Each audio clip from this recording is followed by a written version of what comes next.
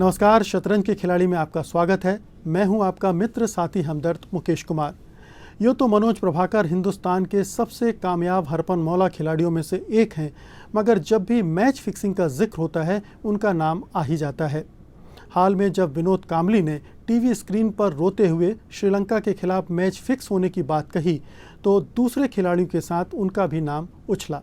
शतरंज के खिलाड़ी के रूप में मनोज प्रभाकर आज हमारे साथ हैं। किसी भी न्यूज़ चैनल पर पहली बार अपने दिल की बात कहने के लिए, मैच फिक्सिंग के राज बांटने के लिए, तो आइए उनसे बात करते हैं। कार्यक्रम में आपका स्वागत है। शुक्रिया। क्रिकेट के खेल में भी इसी तरह की एक बिसात बिछी होती है, उसमें भी बादशाह है, वज़ीर है, प्यादे हैं, मोहरे हैं और वहाँ भी चालें चली जाती हैं।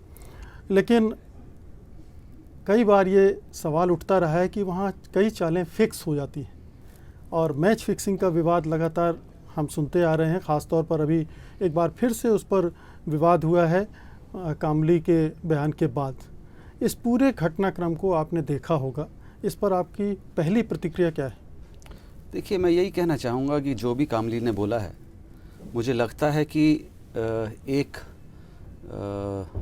ये नहीं कि कुछ जानबूझ के बोला गया है, कि उनको लगा कि हाँ, सोचा होगा उन्होंने अपना एक पीछे जब गए होंगे सोच के, और उन्होंने देखा होगा, याद किया होगा कि क्या क्या हुआ था, कि इस जो जैसे चलन चल रहा है मैच फिक्सिंग के बारे में, जैसे पाकिस्तानियों को सज़ा मिली, उसी के बलबूते जब कांबली को उस मैच की याद आई होगी और अपनी जो उन्होंने अपना बैटिंग की, जितना भी वो मैच खेले और उनको पूरा मौका नहीं मिला, तो थोड़ी एक फ्रस्ट्रेशन होगी।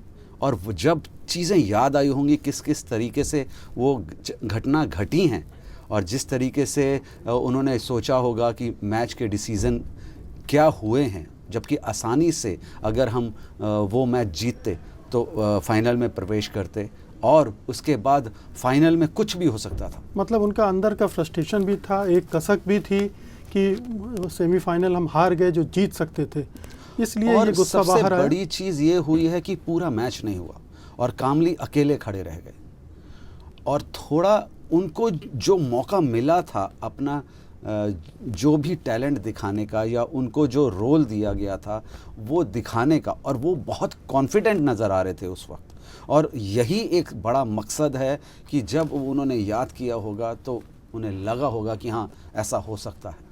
लेकिन कांबली ने जब इस तरह से टीवी स्क्रीन पर रोते हुए ये बातें कहीं तो उसे दो तरह से देखा गया। एक तो ये कि एक तो इतने साल पुरानी बात को क्यों आज दोहरा रहे हो, इतने साल क्या करते रहे, क्यों चुप रहे, कौन सा दबाव था। और दूसरा ये कि कांबली हमेशा से नौटंकी करते रहे हैं, एक नौटंकी और खड़ी कर दी उन्होंने सुर्खियाँ बटोरने के लिए। तो पहले सवाल का जवाब क्या देंगे आप कि इतने सालों तक चुप क्यों थे कांबली? देखिए, जब 2000 में चीज़ें शुरू हुई कि हाँ ऐसा होता है, तो लोग विश्वास ही नहीं करते थे। जब कमेटी बिठाई गई कि हाँ, झुटला दिया गया, हाँ आदमी झूठ बोलते हैं, ऐसा कुछ नहीं होता। फिर चीज़ें सामने आई तो उनको विश्वास हुआ, लोगों को भी विश्वास हुआ, बीसीसीआई ने भी स्टेप लिए, तो ये डिसीज़न हुए, पनिशमेंट हुई।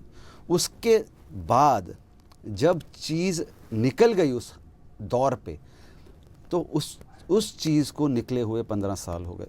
15 साल तक अगर कहना था तो उस कांबली ने उसी वक्त बोलना चाहिए था जब इतना कुछ हो रहा था, जांच हो रही थी सीबीआई की, बीसीसीआई तब पनिशमेंट दे रही थी। तब क्या होता, उस मैच को भी आड़े ले लिया जाता, उस मैच पे भी एक कमेटी बैठती या उसके ऊपर छानबीन होती, कुछ रिजल्ट निकल के आते। मगर 15 साल के बाद अगर आदमी फिर सोते सोते जागता है और जब तोहमत लगाई जाती हैं तो वो रोता है, तो फिर वहाँ पर थोड़ी जो एक पब्लिक सिंपैथी है वो भी दूर हो जाती है। तो कांबली ने जो कुछ कहा उसे आप किस तरह से देखेंगे? वो केवल एक शक था, डाउट था, या सचमुच में उनके पास कुछ कंक्रीट प्रूफ थे जिनके आधार पर वो ऐसा कह रहे थे? सिर्फ एक बात पर कि हमें बैटिंग करनी थी, हमने फील्डिंग ले ली। देखिए, एक चीज़ इसमें तो कोई झुटला नहीं सकता कि सचिन तेंदुलकर और कांबली दोनों बराबर के प्लेयर थे। दोनों ने अच्छी क्रिकेट खेलनी शुरू करी। कामली ने जो क्रिकेट उस वक्त खेली है, शायद सचिन तेंदुलकर को भी थोड़ा नीचे दिखा दिया था उसने। डबल 100 किए, जबकि सचिन तेंदुलकर का आज तक डबल 100 मुश्किल से है। तो वही चीज़ एक फ्रस्ट्रेशन भी होती है कि मेरे साथ खेला हुआ आदमी उस मुकाम तक है, आज पूरे वर्ल्ड में नाम है, और मैं कहाँ बैठा हूँ, जबकि मुझे मौके मिले थे, मैंने उसे अवेल नहीं किया। मतलब तो उसके पास यही कोई चीज़, कारण नहीं था, एक फ्रस्ट्रेशन भर था। हाँ, ये भी हो सकता है। कोई उनके पास कोई वजह नहीं थी, सिर्फ एक शक था उनका।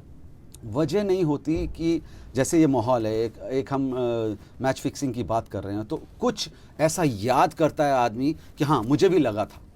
तो उस तरीके को जो मीडिया ने दर्शाया है, वो कुछ ऐसा धमाका कर दिया है कि बस उसको अपने आप में सीमितता नहीं रही, वो उसके हाथों से चीज़ बाहर निकल गई, और सब चैनल्स ने इतना ज़्यादा बढ़ा दिया उस चीज़ को, जबकि सबको पता है उस मैच में क्या हुआ, क्या कारण थे, किस तरीके से हुआ, सारी चीज़ें साफ साफ लिख दी गई थी। फिलहाल वक्त हो चला है एक छोटे से ब्रेक का, लेकिन आप कहीं मत जाइएगा, क्योंकि हमारे साथ हैं पूर्व टेस्ट खिलाड़ी मनोज प्रभाकर, जो पहली बार किसी न्यूज़ चैनल पर मैच फिक्सिंग के बारे में आरोपों के जवाब दे रहे हैं, अपने राज हम सब से बांट रहे हैं। आप बने रहिए हमारे साथ, हम फौरन वापस लौटते हैं।